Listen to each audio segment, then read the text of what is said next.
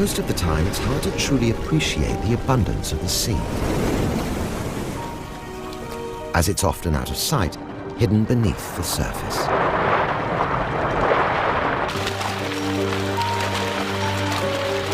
But with the capelin spawn here in Newfoundland, the incredible productivity of this place literally washes up onto shore. And this puts them in easy reach of a whole new set of predators.